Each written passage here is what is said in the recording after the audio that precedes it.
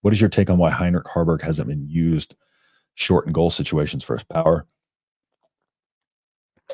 Part of the reason is because our play calling down within the 10 yard line sucks, and it doesn't make sense. You know, with Haarberg, I've talked about how I don't necessarily love the usage of him because I feel like the way we're using him now really lends to him being underutilized, right? And when he comes out on the field, you basically know, like, hey, the ball's probably going to Heinrich Haarberg in some way. It's going to be a run or something like that. But I think we can use him definitely more in those goal line situations, short and goal situations. I don't know if it's necessarily because they just like, we want our quarterback, in those situations. We want who we believe is our best quarterback in those situations with the ball in his hands. But I just, some of the, running, let's say like running, was it Jalen Lloyd they ran to the outside on like a 3rd and goal? Like 4 runs directly from like the 2-yard line, and one of them's the outside with one of your smaller guys. Like, yeah, like that doesn't make any sense. You're better off just throwing Heinrich Haarberg in there and doing like a little tush push. And Heinrich Haarberg's so like tall. Sometimes you just, let that man lean forward on the line and get in. And I think part of that is to do the fact that there wasn't much intentional stuff happening with our offense. I feel like, again, everything was just, it wasn't situational enough. I felt like it was very predictable, but it wasn't situational enough to where he's like, okay, well, we got a big quarterback, who's athletic, who's strong, who can probably take this in the end zone. Let's go ahead and throw him out there for a play and run it.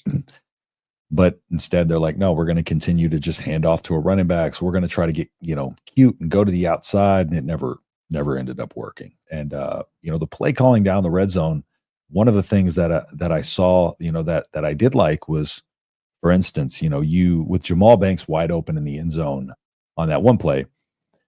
But on that play, the little check back over to Emmett Johnson on the right side, right? Him leaking out from that, like that wasn't, I didn't see that earlier this season in the plays like that. To where you have, your reads on the left, but your reads aren't on the left. So you twist right and you have a guy chipping off. So you have a check down option over there. But again, he should have threw that ball, but still that is an element. Just even having that little second option to the other side is an element we haven't seen a ton, especially in the red zone this year. So I did like some of the elements we saw from the play calling, although they weren't necessarily executed to perfection.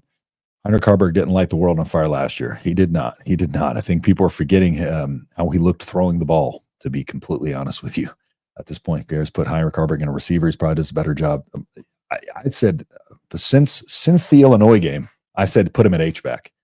And every single time, but not one time I've seen him at H-back since. Like, I just think there's a perfect opportunity because an H-back is specifically for a hybrid tight end fullback, more athletic than a fullback, but, some of the elements of a tight end, but, at the same time can do a myriad of different things. That is Heinrich Haarberg. He's a football player. He's a perfect H-back because he's physical, right? Get him up the field, get him blocking, but you can run him out on routes. You could disguise him in many different ways. And like you run a series of plays with him as the H-back, I think you can have success.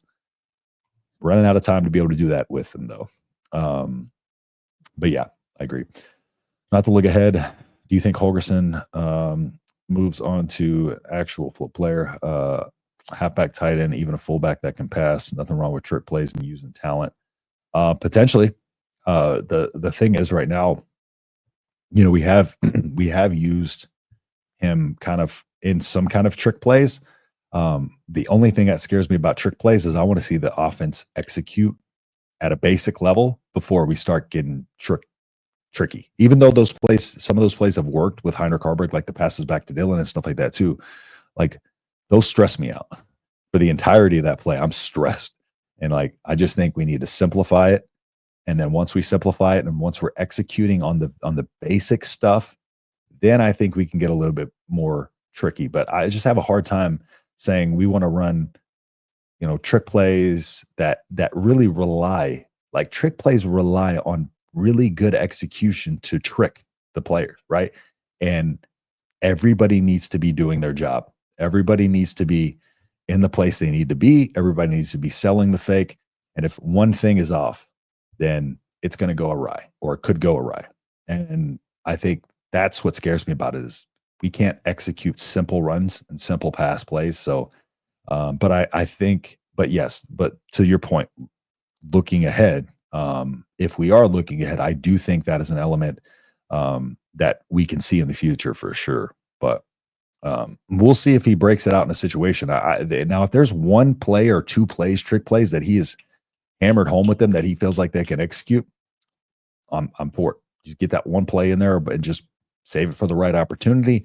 Just make sure it's not a play that can catastrophically fail, or it's in a situation where it's a catastrophic failure if it doesn't work. You can be sure if it's Coleman, Dana will play him. If not, that's on Coleman. Yep, 100%. And I think that's part of what we're going to see. That's a good point. I think that's part of going forward. What we'll probably be able to see. If he's on the field even a little bit going forward, we're like, okay, well, you see something there. Tom Osborne teams are the best at blocking at all positions. 100%. It's great players come from doing the little things well.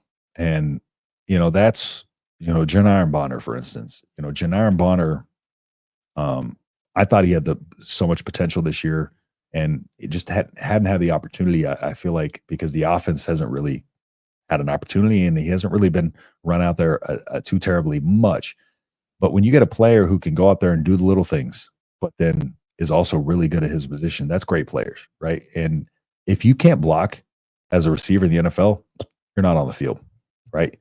You can get away, like, for instance, at tight end, you got like players like George Kittle. George Kittle is by far a better tight end than Travis Kelce, but Travis Kelce is better receiving.